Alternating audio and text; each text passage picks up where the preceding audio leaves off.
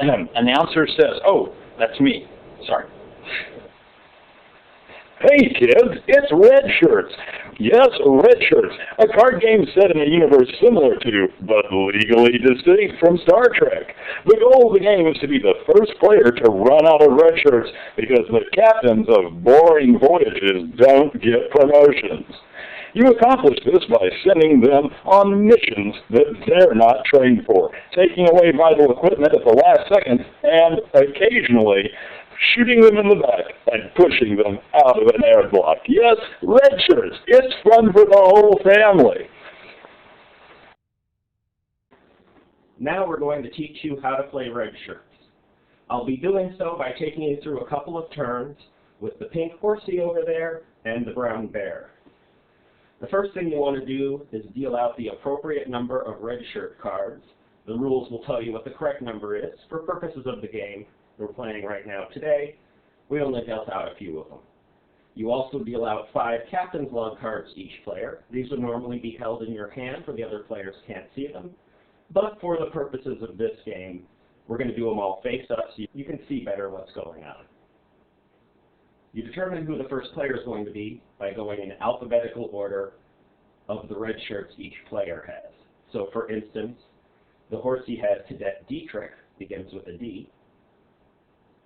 The bear has Cadet Adams, starts with an A. The bear gets to go first. At the start of the bear's turn, he can now play any number of cards he wants. Missions are an ideal one to play since those are the best ways to get rid of your red shirts.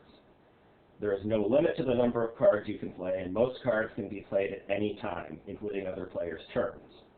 You can only play mission cards on your own turn, but you can play them on other players if you want.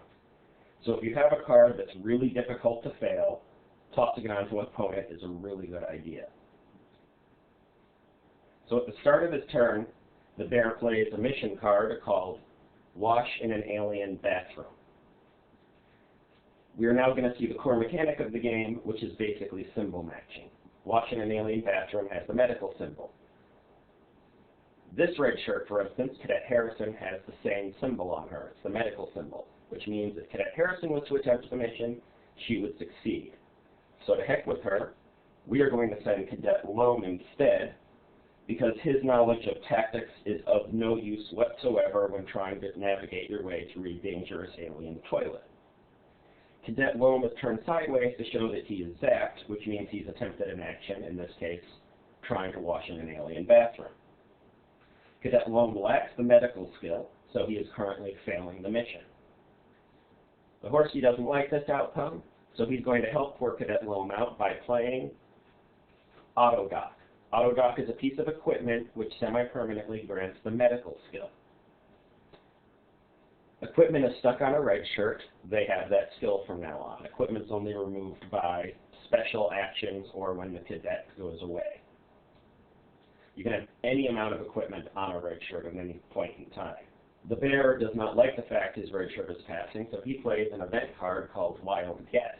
Events are one-shot abilities that go off and rarely last beyond the end of the turn. In this case, Wild Guess allows the bear to give or remove any skill for the rest of the turn. So the bear chooses to remove the medical skill from Cadet Loam and then discards the card. The horsey, still not pleased by this, decides to play an event card of his own called It Turns Out You Can Change the Laws of Physics. This card instructs, zap one of your red shirts with engineering and then add any skill to any other red shirt. So it's a little less powerful than the Wild Guess card, but in this case the horsey has a red shirt with engineering. He zaps her and adds the medical skill back to the poor cadet who is about to be eaten by a toilet. The bear looks at his cards and realizes he doesn't have anything here that will take away the medical skill. Unfortunately for him, this means Cadet Loam will succeed and thus live. Cadet Loam comes back over here to the rest of his away team, and he succeeds at the mission. The success on this mission is draw one card. So the bear immediately draws one card and gets Supply Shuttle, which will allow him to shift equipment around in the future, so that's something he can hold on to as potentially useful. Now, the bear does have a mission that's very difficult to fail. It requires the infiltration skill in order to pass it, and it requires the infiltration skill in order to attempt it in the first place, which means the only people allowed to try it are people that are probably going to succeed at it. Since he doesn't even have anyone with the infiltration skill, he goes ahead and gives this to his opponent. It should be noted here that if you start your turn with a mission, you have to attempt it. And if you cannot attempt a mission that you have to discard the mission and draw another red shirt. He has a few more cards that he can do something with, so he decides to go ahead and add Phaser to Cadet Dietrich over here, granting her the tactical skill as a little thank you for the way she messed up his plans on his turn. Not really having anything else he wants to play, the bear is going to end his turn. To signal the end of his turn, he draws one card for every red shirt he still has alive, 3 in this case.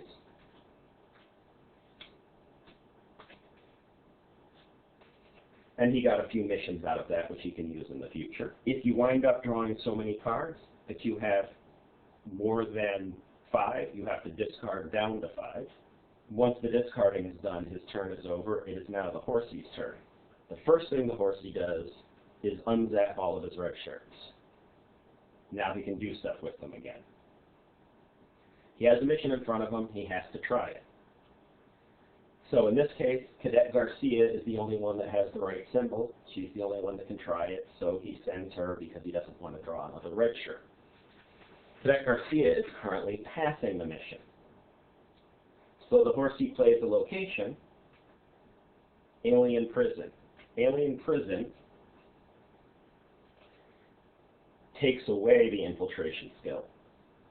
So Cadet Garcia is failing. Locations work similar to equipment with a few differences. The first big difference is the location applies to the entire away team, not just a single red shirt, which means none of his red shirts have infiltration. None of them had it to start, so it doesn't really make a big difference there. The other thing is each player can only have one location at a time. If any player plays another location on them, they lose the first location and now have the second one. So the bear is going to play operations, a location that adds the tactical skill. Adding tactical doesn't really do anything to change what's going on, but it does stop Cadet Garcia from losing the infiltration skill. Cadet Garcia is passing. The horsey decides to play sensor failure, which tells you cancel any card that was just played and add it to your hand. If it was a mission, you may replace it. So in this case, the horsey decides to take away the operations card and add it to his hand. That leaves the old location in play. Cadet Garcia is failing again. The bear looks at his cards and sees that he doesn't have anything that can add infiltration to Cadet Garcia. He gives up. Cadet Garcia fails the mission, and on this mission it says, kill this red shirt when you fail. So Cadet Garcia bites it. The horsey now has 2 living red shirts, which means he draws 2 cards on his turn. His turn's over, and that in a nutshell is how you play red shirts. There are additional characters that grant special abilities and a few cards that give you an even bigger curveball than what you've seen so far, but the basics of it are right there. Redshirts from Weasel Pants Productions. Damn it, Jim, I'm a doctor, not a playtester.